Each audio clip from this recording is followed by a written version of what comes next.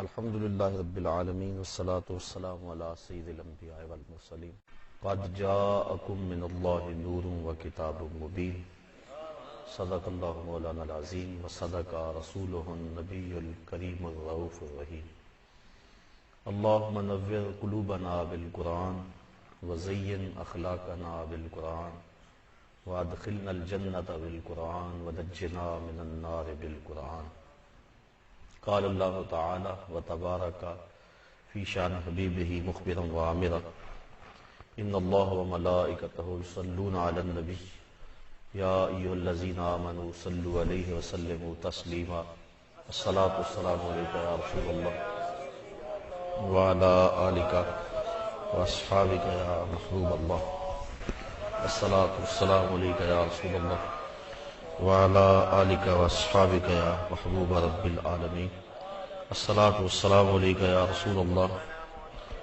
وعلى آلك واصحابك يا راحة العاشقين۔ تمام حمد و ثنا تعریف و توصیف اللہ جل مجدہ الکریم کی ذات بابرکات کے لیے جو خالق کائنات بھی ہے اور مالک ششہات بھی۔ اللہ جل وعلا کی حمد و ثنا کے بعد حضور نبی اکرم شفیع امم رسول محتشم نبی مکرم اللہ کے پیارے امت کے سہارے رب کے محبوب دانائے غیوب مالک رقاب امم فخر عرب و عجم والی کون و مکان سیاہ لا مکان سید انس و جاں سرور لالا رخاں نیر تاباں سرنشین مہوشاں ماہ خوباں شہنشاہ حسینہ تتمہ دوراں سر خیل زہرہ جمالہ جلوہ صبح ازل نور ذات لم یزل باعث تکوین عالم فخر آدم و بنی آدم نیر بطحا رازدار ما اوہا شاہد ما طغا صاحب علم نشرہ معصوم آمنہ احمد مجتبیٰ حضرت محمد مصطفیٰ صلی اللہ علیہ وسلم کے حضور ناز میں اپنی عقیدتوں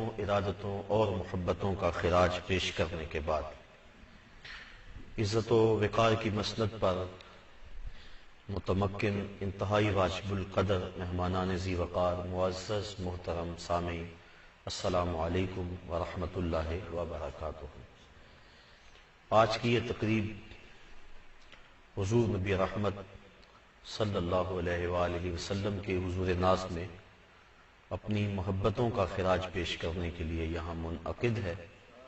بارگاہ رب العزت میں دعا ہے کہ آج کی اس تقریب کا ایک ایک لمحہ اپنی بارگاہ میں قبول فرمائے۔ حضور کا ذکر خیر کرنے سننے کے لیے ہم یہاں جمع ہیں، آپ دیر سے تشریف فرما ہیں، اللہ حاضری کی برکتیں عطا فرمائے۔ ذکر رسالت مآب اہل ایمان کے لیے تسکین کا سبب ہے۔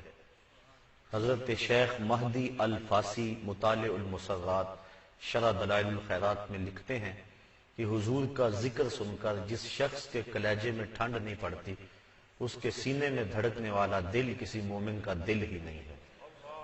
حضور کا ذکر یقیناً اہل ایمان کے لیے تسکین کا سبب ہے، تبھی تو وہ حضور کے ذکر میں ایک ٹھنڈک اور ایک روحانیت اور ایک تسکین محسوس کرتے ہیں۔ میں اور آپ آج اسی ذکر کے سننے سنانے کے لیے یہاں جمع ہوئے۔ قرآن مجید کی جس آیت کریمہ کو میں نے آج کی اس نشست میں موضوع سخن بنایا وہ بڑی معروف آیت ہے۔ قرآن مجید میں ارشاد فرمایا گیا، ارشاد ہوا قد جاءکم من اللہ نور و کتاب مبین، بے شک تمہارے پاس اللہ کی جانب سے نور اور کتاب مبین آئے۔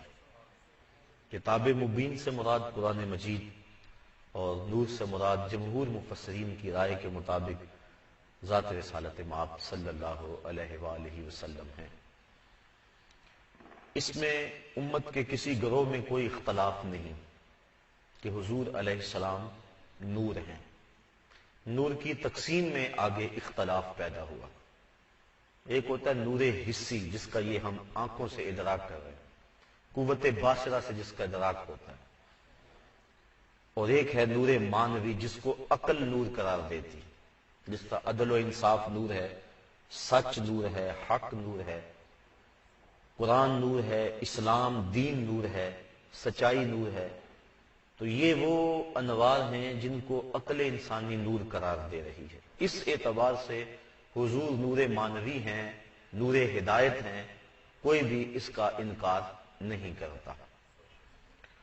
قول فیصل یہ ہے کہ حضور مانوی طور پہ بھی نور ہیں اور حصی طور پہ بھی نور ہیں، لیکن مانوی نور کا غلبہ رہتا تھا، حصی نور کا کبھی اظہار ہوتا کبھی نہ بھی ہوتا۔ کبھی ایسا ہوتا کہ رات کی تاریکی میں بیٹھے ہوتے، اندھیرا لوگوں کو نظر آتا، اور کبھی ایسا ہوتا کہ حجرہ عائشہ میں تشریف لاتے اور مسکرا دیتے۔ فرماتی ہیں فَتُبُيِّنَتِ الْعِبْرَةُ بِشُعَاعِ نُورِ وَجْهِهِ، تو حضور کے چہرے کی چمک سے میری گمی ہوئی سوئی مل گئی۔ کبھی تو ایسا ہوتا کہ رات کو موجود ہوتے، اندھیرا بدستور لوگوں کو نظر آ رہا ہوتا، اور کبھی ایسا ہوتا سیدہ حلیمہ سعدیہ سلام اللہ علیہا کو محلے کی عورتوں نے کہا، بنی سعد قبیلہ کی خواتین نے کہا، حلیمہ تو بڑی امیر ہو گئی ہے، رات کو بھی چراغ نہیں بجھاتی۔ کہا ہاں، میرے گھر میں چراغ ہی ایسا ہے جو بجھتا نہیں۔ اور پھر قاضی ثناء اللہ پانی پتی نے تفسیر مظہری میں لکھا کہ عورتوں نے باقاعدہ اعتراض کیا، تو حضرت حلیمہ نے اپنی ہمجولیوں کو پکڑا اور پالنے کے پاس لا کے کھڑا کر دیا، حضور کی طرف اشارہ کر کے کہا ما کننا نحتاج الی السراج من یوم اخذناہ، جب سے یہ پیارا گھر میں آیا ہے ہم نے دیے توڑ دیے، دیے کی ضرورت نہ مشعل کی حاجت، عجب روشنی تو نے پائی حلیمہ۔ ایسے اجالے، ایسی روشنی، ایسا نور کہ کائنات منور ہو گئی۔ آج کی اس نشست میں میں حضور کے نور مانوی پر کچھ باتیں آپ کے گوش گزار کرنی ہیں کہ حضور مانوی طور پہ بھی نور ہیں، اور حضور سے قبل جو اندھیرے تھے، انسانیت کی جو بے توقیری تھی، وہ کسی سے مخفی نہیں ہے۔ ان غلام کو تو انسان ہی نہیں سمجھا جاتا تھا، اور اس کے ساتھ جو آقا سلوک کرتا، تاریخ عرب ہم پڑھتے ہیں تو حیران ہو جاتے ہیں۔ ایک غلام آقا کا جوتا دھوپ سے اٹھا کے چھاؤں میں رکھتا ہے، کیوں؟ کہ دھوپ میں خراب ہو جائے گا اور میں اس کو چھاؤں میں رکھ دوں۔ آقا جب دیکھتا ہے تو کوڑے برساتا ہے، وہ کہتا ہے حضرت میں آپ کے جوتے کو اس لیے چھاؤں میں رکھا کہ دھوپ میں خراب نہ ہو جائے۔ تو آقا کہتا ہے تو متکبر اور خود سر ہو گیا، تجھے اپنی خوئے غلامی یاد نہیں رہی، تو نے میرا جوتا پکڑنے سے قبل مجھے پوچھا کیوں نہیں؟ اتنا مغرور ہو گیا تو تیری یہی سزا ہے کہ تجھے کوڑے مارے جائیں۔ اس کی اس بات کو بھی تکبر سمجھتا ہے کہ اس نے میرے جوتوں کو میرے اذن کے بغیر ہاتھ کیوں لگایا۔ علامہ اقبال نے کہا تھا نا، غلامی کیا ہے ذوق حسن و زیبائی سے محرومی، جسے زیبا کہیں آزاد بندے ہیں وہی زیبا، بھروسہ کر نہیں سکتے غلاموں کی بصیرت پر کہ دنیا میں فقط مردان حر کی آنکھ ہے بینا۔ غلام کی اتنی بصیرت بھی کوئی ماننے کے لیے تیار نہیں کہ اس نے دھوپ سے اٹھا کر جو جوتا چھاؤں میں رکھا ہے، اس میں اس کے ذہن میں یہ جذبہ کار فرما ہوگا کہ یہ خراب نہ ہو جائے۔ آقا کوڑے برساتا ہے کہ تم متکبر اور مغرور ہے، تو نے مجھے پوچھا کیوں نہیں۔ آپ اندازہ کریں جس معاشرے میں غلام کی یہ بے توقیری ہو کہ وہ آقا کے جوتے کو اس کی مرضی کے بغیر ہاتھ بھی نہ لگا سکے، اس معاشرے میں میرے اور آپ کے آقا و مولا جب معراج سے پلٹتے ہیں، بلال حبشی کو بلا کر کہا بلال تو کون سا نیک عمل کرتا ہے؟ میں نے جنت میں تیرے قدموں کی آہٹ کو سنا ہے۔ کیا خیال ہے اسے ایک جملے نے دور غلامی کی ساری تھکن اتار نہیں دی ہوگی، اور بلال فرش اٹھ کے فراز عرش پہ نہیں پہنچ گیا ہوگا؟ جو غلام آقا کا جوتا بغیر اذن کے اس کو ہاتھ لگانے کے روادار نہیں ہے، اس غلام کو کہا جا رہا ہے کہ میں نے تیرے قدموں کی آہٹ کو جنت میں سنا ہے۔ اور اسی تعلیم کا نتیجہ ہے کہ حضرت بلال حبشی رضی اللہ تعالیٰ عنہ جب داریہ سے واپس آئے، قریشیوں کے سردار ہیں امیر المومنین حضرت عمر فاروق، مسجد نبوی سے باہر نکل کر حضرت بلال کا استقبال کیا، کالے رنگ کا ہاتھ چوم کر آنکھوں سے لگاتے ہوئے کہا یا بلال انت سیدنا، بلال لوگ تجھے غلام کہیں ان کی مرضی، میرا تو آقا لگتا ہے۔ تو کہاں غلام کی یہ بے توقیری کہ جوتے کو بھی ہاتھ نہ لگا سکے، اور کہاں غلام کو عزت کی مسند پہ بٹھایا۔ تاریخ عرب پڑھیں، فتح مکہ کے دن اللہ کے محبوب علیہ السلام جس اونٹنی پہ سوار تھے، حضور کا جو ردیف تھا، جو حضور کے پیچھے سوار تھا، وہ کون تھا؟ ایک چھوٹا سا بچہ تھا جو خوشی سے اچھلتا تھا، آقا کریم اس کو روکتے تھے۔ وہ بچہ خیال میں آتا نواسا ہوگا، لیکن تاریخ پڑھے جواب نفی میں ہے۔ کسی انصاری سردار کا بیٹا ہوگا، تاریخ پڑھے جواب نفی میں ہے۔ وہ کسی قریشی سردار کا بیٹا ہوگا، جواب نفی میں ہے۔ تو وہ بیٹا کون تھا، وہ بچہ کون تھا جو اس اہم دن حضور کے ساتھ اونٹنی پہ سوار تھا؟ تو تاریخ پڑھیں، وہ حضور کے منہ بولے بیٹے حضرت زید بن حارثہ رضی اللہ تعالی عنہما کا بیٹا حضرت اسامہ بن زید تھا۔ غلام زادہ حضور نے اس دن فتح مکہ کے دن اپنے ساتھ بٹھایا ہوا تھا۔ دنیا کو بتلانا مقصود تھا میری فتح غلاموں کی فتح ہے۔ ایک غلام کو یہاں ساتھ بٹھایا تھا، دوسرے کو کعبے کی چھت پہ چڑھا دیا۔ بلال تم کعبے کی چھت پہ چڑھ جاؤ اور اذان پڑھو۔ سارے کشش نیچے ہیں اور بلال حبشی اوپر ہیں، اور پھر ان کی اذان بھی تو اذان تھی نا۔ ہم یہاں اگر اذان دیں تو قبلہ کی طرف رخ ہوگا، تو جب وہ ہے ہی کعبۃ اللہ کی چھت پہ، جدھر رخ کرو ادھر ہی قبلہ۔ اب حضور طواف کر رہے تھے اور بلال حبشی اذان دے رہے تھے، اور جو اذان دیتے جاتے حضور طواف کرتے جاتے، اور ان کا رخ کدھر تھا؟ جدھر جدھر حضور تھے ادھر رخ بلال تھا۔ اذان ازل سے تیرے عشق کا ترانہ بنی، نماز تو اس کی دید کا ایک بہانہ بنی۔ ادائے دید سراپا نیاز تھی تیری، کسی کو دیکھتے رہنا نماز تھی تیری۔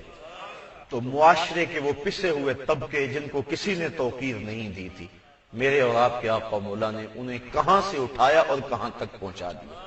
کس نے ذروں کو اٹھایا اور صحرا کر دیا، کس نے قطروں کو ملایا اور دریا کر دیا۔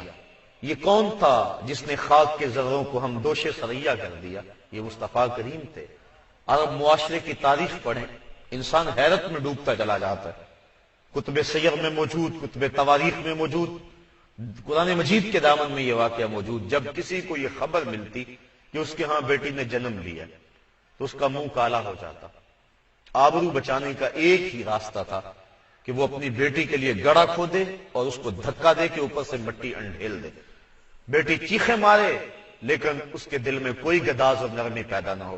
اگر کوئی اتنا صفاق ہو تو وہ معاشرے میں عزت بچانے کے لائق تھا، ورنہ معاشرے میں سر اٹھا کر چلنے کی اس میں طاقت نہیں تھی جس کے ہاں بیٹی ہوتی۔ اور یہ عرب معاشرے میں بعض قبائل میں 100% اور بعض قبائل میں جزوی طور پہ رسم پائی جاتی تھی کہ وہ بیٹیوں کو زندہ درگور کر دیتے تھے، اور دنیا کا کوئی مورخ بھی اس کا انکار نہیں کرتا۔ قرآن مجید نے بھی اس بات کو بیان فرمایا، اور یہ اتنا گھنونا جرم ہے۔ قرآن مجید میں اللہ تعالیٰ نے ارشاد فرمایا وَإِذَا الْمَوْءُودَةُ سُئِلَتْ بِأَيِّ ذَنبٍ قُتِلَتْ، قیامت کے دن قبروں میں گڑی ہوئی بچیاں اٹھائی جائیں گی، ان کے ظالم باپ کٹہرے میں ہوں گے، اور اللہ تعالیٰ ان بچیوں سے پوچھے گا بِأَيِّ ذَنبٍ قُتِلَتْ، تمہیں کس جرم میں قتل کیا گیا؟ اب دنیا کی کسی بھی عدالت اور کچہری کو لے لیں، ضابطہ یہی ہے، اور قیامت کے دن بھی یہی ضابطہ ہوگا کہ مجرم سے پوچھا جائے گا کہ یہ تم نے جرم کیوں کیا۔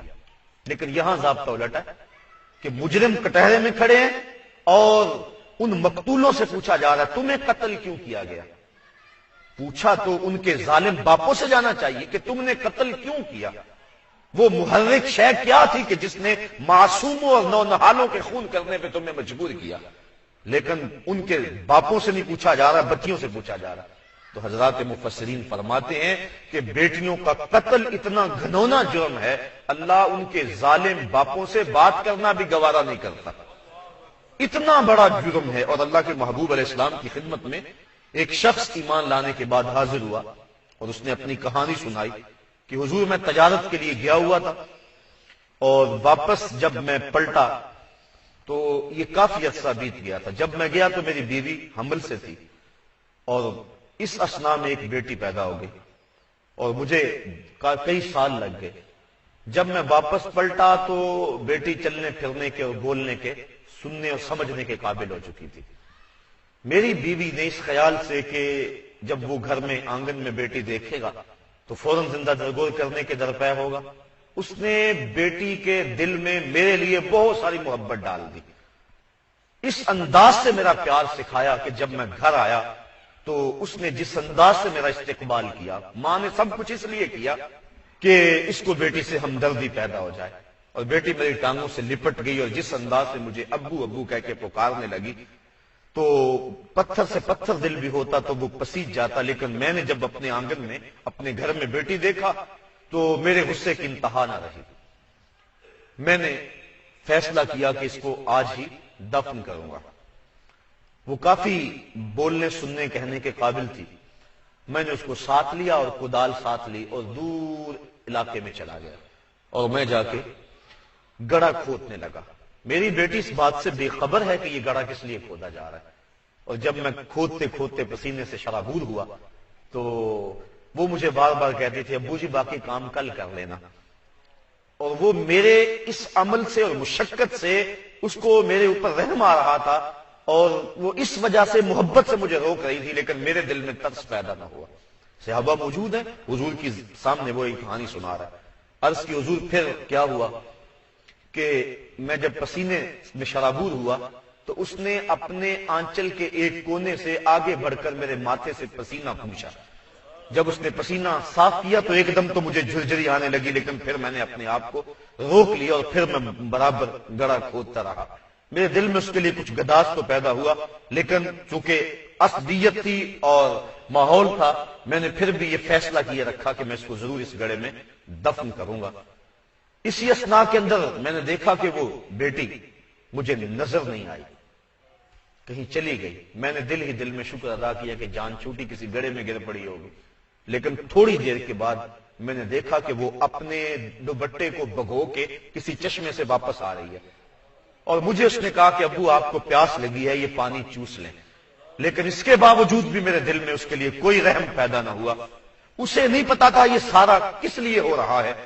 تو جب میں نے گڑھا کھود لیا اور باہر آیا تو اس نے کہا اللہ کا شکر ہے کہ میرے ابو کا کام ختم ہوا، لیکن جو ہی میں باہر آیا اور میں نے اس کو دھکا دے دیا، اس کی آنکھیں پھٹی کی پھٹی رہ گئی، اور میں اوپر سے مٹی ڈھیلتا تھا اور وہ روتی تھی اور کہتی تھی ابو آپ کیا کر رہے ہیں؟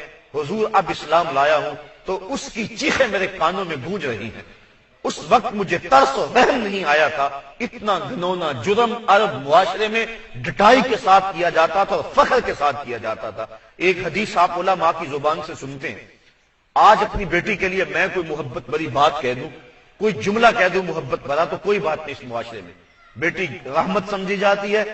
بوڑھا باپ اپنی جھکی ہوئی کمر پہ بوریاں لاد لاد کے اپنی بیٹی کے لیے مزدوری کرتا ہے کہ میں نے اس کے ہاتھ پیلے کرنے ہیں۔ جوان بھائی فیکٹری میں اوور ٹائم لگا رہا ہے کہ میں نے اپنی بہن کی شادی کرنی ہے۔ اس معاشرے میں اگر بہن کے لیے یا بیٹی کے لیے میں اور آپ کوئی محبت بھرا جملہ کہہ دیں تو یہ کوئی بات نہیں ہے، کوئی احسان نہیں ہے، لیکن جس معاشرے میں بیٹی کو زندہ درگور کیا جا رہا ہے اور زندہ درگور کر کے باپ فخر کرتا ہے، اس دور میں ایک فضاؤں میں آواز اٹھی اور جس نے پوری کائنات کے اندر اجالا کر دیا، کہا بیٹیوں کو قتل کرنے والے سن لیں، تم تو قتل کر کے فخر کرتے ہو، فاطمہ تو بدعۃ منی، میری فاطمہ تو میرے جگر کا ٹکڑا ہے۔ اگر میں اپنی بیٹی کو جگر کا ٹکڑا قرار دوں تو کوئی بات نہیں ہے، لیکن جب بیٹیوں کو قتل کر کے فخر کیا جاتا تھا اس دور میں یہ جملہ کہنا محمد عربی کا ہی کام تھا۔ حضور کی خدمت میں جب سیدہ حاضر ہوتی، حدیث کے لفظ ہیں فَأَجْلَسَهَا فِي مَجْلَسِهِ، حضور اپنی مسند پہ بٹھاتے، کھڑے ہو کے استقبال کرتے، ماتھے کو بوسہ دیتے، دنیا کے سامنے عملاً بیٹی کے وقار کو اجاگر کیا۔ بلکہ آقا کریم نے ارشاد فرمایا جو دو بچیوں کو اللہ کی رضا کے لیے تربیت کرے اور ان کو پروان چڑھانے کے بعد ان کا نکاح کر دے، کل قیامت کے دن میرے ساتھ اس طرح قریب ہوگا جس طرح یہ دو انگلیاں قریب ہیں۔ سبابہ اور وسطی انگلی کے ساتھ حضور نے اشارہ کیا۔ تو ایک صاحب اٹھے اس مجلس میں سے، عرض کی حضور اگر کسی کی ایک بیٹی ہو، تو آقا کریم نے یہ بشارت اس کے لیے بھی دے دی، لیکن ذرا اس کے پیچھے کا فلسفہ دیکھیے، یا تو اس کی ایک بیٹی ہوگی یا ایسے لوگوں کے احساسات و جذبات کی ترجمانی کر رہا تھا جن کی ایک بیٹی ہو۔ کہاں بیٹیاں زندہ درگور کی جا رہی اور کہاں ایک بیٹی والا سوچ رہا ہے کاش کہ میری بھی دو بیٹیاں ہوتی۔ کتنا بڑا انقلاب ہے، کتنی بڑی تبدیلی ہے۔ وہ بیٹیاں جو ماں باپ کے لیے باعث ننگوار تھی وہ ماں باپ کی بخشش کا ذریعہ بن رہی۔ حضرت ام المومنین حضرت عائشہ صدیقہ رضی اللہ تعالی عنہا محبوب کائنات فرماتی حضور گھر پہ نہیں تھی، ایک سائلہ آئی، دروازے پہ دستک دی، حبشیہ خاتون تھی، اس کے دونوں پہلوؤں میں اس کی دو بیٹیاں تھیں۔ اس نے سوال کیا، میں نے سارا گھر ڈھونڈا لیکن اس کو دینے کے لیے کچھ نہ ملا۔ یہ بھی تو گوارا نہیں تھا کہ حضور کے گھر سے کوئی خالی جائے، میں نے کہا تم ٹھہرو میں دوبارہ کوشش کرتی ہوں۔ دوبارہ کوشش کی تو مجھے خشک کھجور یعنی چوہارا مل گیا، میں نے اس کو اس عورت کو دے دیا، اس نے اس کو دو حصوں میں تقسیم کیا، ایک اس بیٹی کے منہ میں ڈال دیا، ایک اس بیٹی کے منہ میں ڈال دیا۔ خود اس کا اپنا پیٹ کمر سے لگا تھا بھوک کی وجہ سے، لیکن اس نے خود نہیں کھایا۔ بیٹیوں کی محبت میں جب حضور گھر تشریف لائے میں نے سارا ماجرا کہا اور ساتھ ہی عرض کی حضور وہ خود بھی بھوکی تھی لیکن اس نے خود نہیں کھایا۔ یہ کہتے کہتے ام المومنین آپ دیدہ ہو گئی تو حضور نے فرمایا عائشہ کل قیامت کے دن گناہوں کے سبب سے اس خاتون کو اگر جہنم کا حکم ہوا تو یہ بیٹیاں دیوار بن کے کھڑی ہو جائیں گی، اے اللہ ہم اپنی ماں کو جہنم میں نہیں جانے دیں گے۔ کہاں بیٹیاں ماں باپ کے لیے باعث ننگو آگ اور کہاں بیٹیاں ماں باپ کی بخشش کی ضمانت۔ اور آپ نے علماء کی زبان سے سنا ہوگا امرائے مردودہ، ایسی عورت جس کے خامد نے اس کو طلاق دے دی بدصورت ہونے کی وجہ سے، جہیز کم لانے کی وجہ سے، یا ایسی کوئی اور صورت تھی کہ اس نے طلاق دے دی اور معاشرہ اسے قبول کرنے کے لیے دوبارہ تیار نہیں، اس نے ساری زندگی اپنے باپ کے دروازے پہ گزار دی۔ اس عورت کو عربی میں کہتے ہیں امرائے مردودہ، لٹائی گئی عورت۔ حدیث میں آتا ہے کل قیامت کے دن اس کے گناہگار باپ کو اگر جہنم کا حکم ہوا تو یہ خاتون اللہ سے بحث کرے گی، میرے مالک نہ تو نے مجھے عقل دی نہ تو نے مجھے شکل دی، سسرال نے قبول نہ کیا، خامن نے دھکا دے دیا، یہی تو میرا باپ تھا جو میری کفالت کرتا رہا، آج میں تو اس کو جہنم میں نہیں جانے دوں گی۔ اس کی سفارش، جو رابعہ بصریہ نہیں ہے عام سی عورت ہے، اس کی سفارش مان کر اللہ اس کے بوڑھے باپ کو جنت عطا فرما دے گا۔ تو یہ وہ لایا ہوا انقلاب ہے جو مصطفیٰ نے اس دنیا کے اوپر قائم کیا اور ان اندھیروں کو دور کر کے روشنیاں کی۔ تاریخ عرب آپ پڑھیں تو جس طرح وہ سکی بیٹی کو قتل کرتے تھے وہ سکی ہمشیرہ کو بھی قتل کر دیتے تھے، جو علت وہاں وہی علت یہاں۔ وہ کہتے کہ کل ہمارا کوئی بہنوئی کہلائی ہم گوارا نہیں کر سکتے، لیکن میرے اور آپ کے آقا و مولا نے جہاں لوگوں کے سامنے بہن بیٹی کی آبرو کو اجاگر کیا اور اس کو عزت کی مسند پہ بٹھایا، حضور نے بہن کی آبرو کو بھی لوگوں کے سامنے رکھا۔ عملاً کتب میں موجود ہے حضور علیہ السلام کی ہمشیرہ حقیقی تو کوئی نہیں تھی، یہ آپ سب کے علم میں ہے، در یتیم ہے حضور، لیکن جب حضرت حلیمہ سعدیہ سلام اللہ علیہا کے ہاں حضور ایام رضاعت گزارنے کے لیے تشریف لے گئے تو ان دنوں کے اندر ان کی ایک بیٹی تھی جن کا نام حضرت شیمہ بتلایا جاتا ہے۔ قبیلہ بنو سعد کے کھلے میدانوں میں بچیاں اپنے اپنے بھائی اٹھا کر ان کو شام کے وقت بہلانے کے لیے لے آیا کرتی تھی۔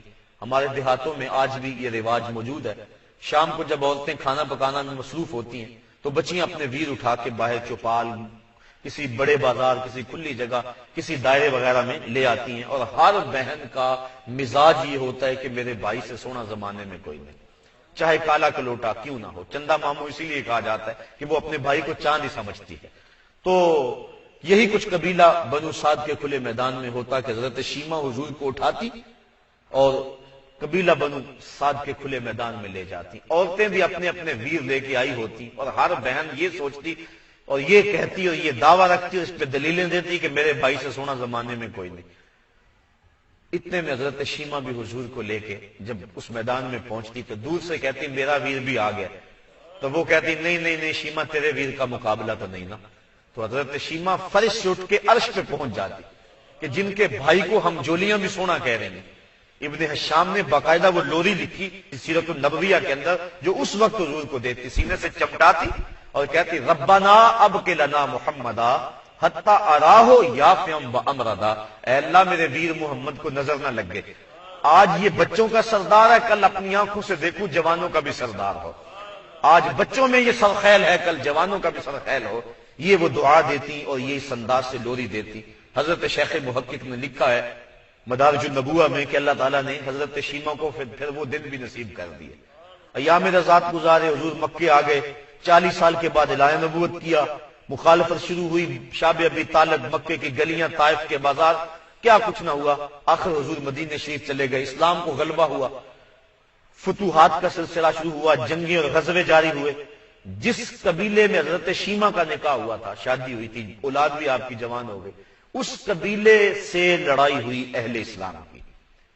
اللہ کی مرضی کے اہل اسلام کامیاب اور بامراد ٹھہرے اور اس قبیلے کے کافی لوگ گرفتار ہو گئے۔ اپنی قوم کے گرفتار شدگان کو چھڑانے کے لیے قوم کے باقی سردار اپنے قبیلے کے گھروں سے فدیے کی رقم اکٹھی کر رہے ہیں. چلتے چلتے حضرت شیما کے گھر پہنچے اور کہا کہ ہمارے